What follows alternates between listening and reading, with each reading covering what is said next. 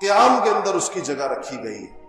نماز کے اندر رکھی گئی ہے، اور اس کے لیے ایک خصوصی اضافی تکبیر رکھی گئی ہے۔ ہم اللہ اکبر کہہ کر پھر سے ہاتھ باندھتے ہیں اور اس کے بعد ہم تکبیر تحریمہ پڑھتے ہیں، یہ تکبیر دعائے قنوت پڑھتے ہیں۔ یہ ساری چیزیں بتاتی ہیں اس کے غیر معمولی اہتمام کو۔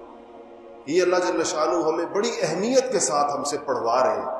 اپنی ساری روٹین کی چیزوں سے ہٹا کر اس کو رکھ کر اس کی اہمیت کی طرف اشارہ ہے۔ لیکن ہم اس کو اپنی عجمیت کی وجہ سے، چونکہ ہمیں عربی نہیں آتی، ہم عجمی ہیں، اور قرآن پاک کا ترجمہ اور دوسری چیزوں کے اوپر ہم لوگ غور نہیں کرتے، تو عام طور پر ہم اس کا ترجمہ نہیں جانتے۔ آج میرے دل میں آیا کہ ہم اس کا ترجمہ کریں اور اس کی روح کو سمجھنے کی کوشش کریں کہ دعائے قنوت کے اندر ہم کیا کہتے ہیں اللہ جل شانہ سے۔ جب آپ اس کو پھر سمجھ کر کہیں گے، آئندہ جب آپ دعائے قنوت پڑھیں گے اور آپ اس کو سمجھ کر پڑھیں گے، تو آپ اندازہ ہوگا کہ آپ اللہ جل شانہ کے ساتھ کس قدر عہد و پیمان باندھ رہے ہیں۔ اس کے اندر آپ اللہ تعالیٰ کے ساتھ اپنے کس رشتے کا اظہار کر رہے ہیں، اپنے اور اللہ جل شانہ کے درمیان جو عبدیت کا اور جو غلامی کا رشتہ ہے، اس کا کن الفاظ کے اندر اظہار کر رہے ہیں۔ تو ہم اس کو شروع کرتے ہیں اللہم انا نستعینک، استعانت کہتے ہیں مدد مانگنا، ایاک نعبد و ایاک نستعین، یہ وہی لفظ ہے جو نستعین کا لفظ ہم سورہ فاتحہ کے اندر پڑھتے ہیں۔ تو اللہم انا نستعینک، گویا ہم یہ کہتے ہیں کہ یا اللہ ہم تجھ سے مدد مانگتے ہیں۔ گویا کہ ہم جب دنیا کے اندر تیرے علاوہ کسی کو اس قابل نہیں سمجھتے،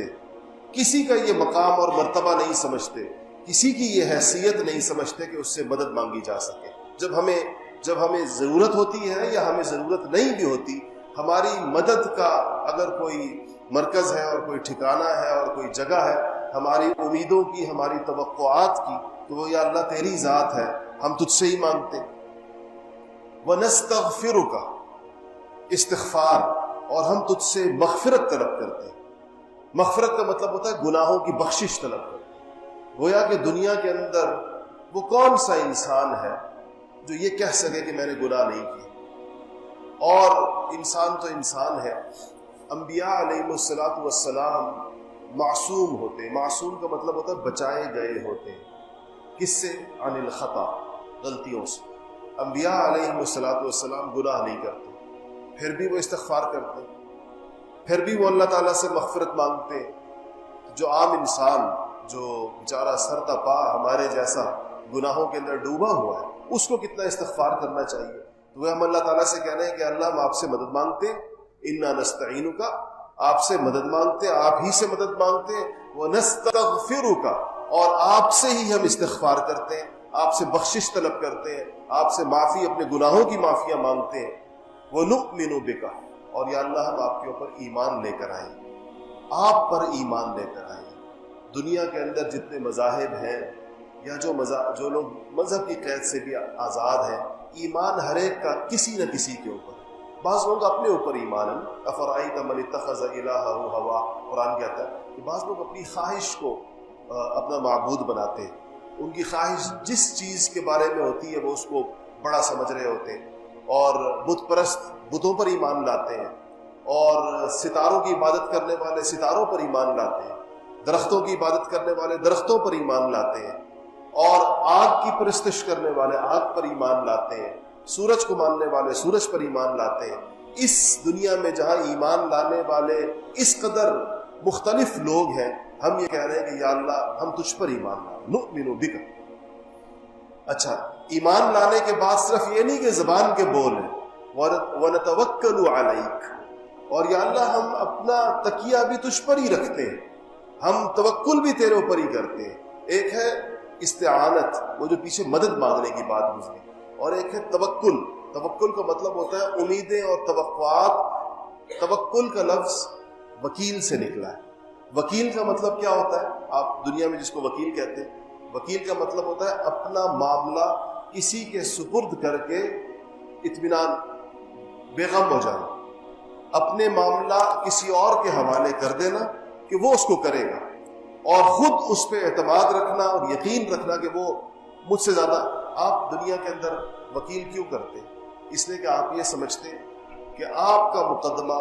آپ سے زیادہ بہتر طریقے کے ساتھ یہ بندہ لڑ سکتا ہے، اسی کو وکیل کہتے ہیں۔ اگر آپ کو پتہ ہو کہ یہ وکیل اتنا نالائق ہے کہ یہ میرا مقدمہ مجھے ہرا کر رہے گا، تو آپ کبھی بھی اس کو وکیل نہیں کریں گے، اس امید پر کرتے ہیں کہ بے حالانکہ مسئلہ آپ کا ہے، بات آپ کی ہے اور حق آپ کا ہے یا ظلم آپ پر ہوا ہے، لیکن آپ ایک عام بندے کو جس کا اس سے کوئی تعلق نہیں ہوتا اس کو جا کر پیسے دیتے ہیں کہ جاؤ تم میری طرف سے تم لڑو۔ وکالت اس کو اللہ تعالیٰ، یہ لفظ وکیل سے توکل نکلا ہے، مطلب یہ کہ انسان اللہ جل شانہ کے اوپر ایسا اعتماد کرتا ہے اور اپنے معاملات کو ایسے اللہ تعالیٰ کے سپرد کرتا ہے، اور اس کا قطعی مطلب یہ نہیں ہوتا کہ اللہ تعالیٰ کے سپرد کرنے کے بعد وہ خود آرام سے بیٹھ جاتا ہے۔ توکل کا یہ مطلب، ہم نے ایک دفعہ جمعے کی اسی بیان کے اندر توکل کے اوپر تفصیلی گفتگو کی تھی، جس کا خلاصہ یہ تھا کہ توکل دل کی ایک کیفیت کا نام ہے، اس کا ہاتھوں پاؤں اعضاء و جوارح کے ساتھ کچھ لینا دینا نہیں۔ یہ نہیں ہوتا، اس کی ایکو گونج ہے، تو یہ نہیں ہوتا کہ انسان توکل کا مطلب یہ سمجھا جائے کہ آدمی کام نہیں کرے گا، یہ کسی سے یہ محنت مزدوری نہیں کرے گا، یہ کوئی محنت مشقت نہیں کرے گا، کیونکہ کام کرنا، محنت کرنا، مزدوری کرنا یہ تو ہاتھ پاؤں کا کام۔ توکل کا مطلب ہے اس کا یقین اللہ تعالیٰ کی ذات کے اوپر، اللہ تعالیٰ کے اوپر اس کا اعتماد ہوتا ہے۔ تو دعائے قنوت کے اندر اگلے لفظ جو آپ لوگ استعمال کرتے ہیں وَنَتَوَكَّلُ عَلَيْكَ، پھر کہا وَنُثْنِي عَلَيْكَ الْخَيْرَ كُلُّ،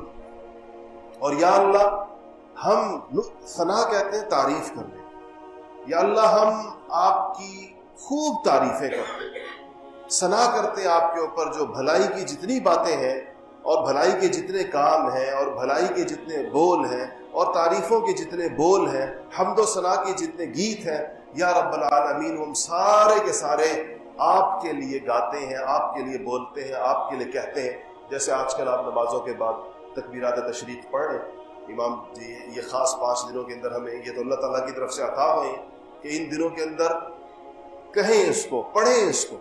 اللہ جل شانہ کی بڑائی ہے، اللہ تعالیٰ کی کبریائی ہے، نمازوں کے بعد اس کا اعلان کریں۔ تو ہم کہتے ہیں کہ اللہ ہم یہ سارے بھلائی کے بول تیرے ہی لیے بولتے ہیں، اصلاً تیرے لیے بولتے ہیں، تیرے بعد اگر کسی کے لیے بولتے ہیں تو وہ اس مقام اور مرتبے کی وجہ سے جو تو نے ان کو عطا فرمایا ہے، تیرے حکم کی وجہ سے تو کسی کے بارے میں فرما دیتا ہے تو ہم اس کی بھی تعریف کرتے ہیں۔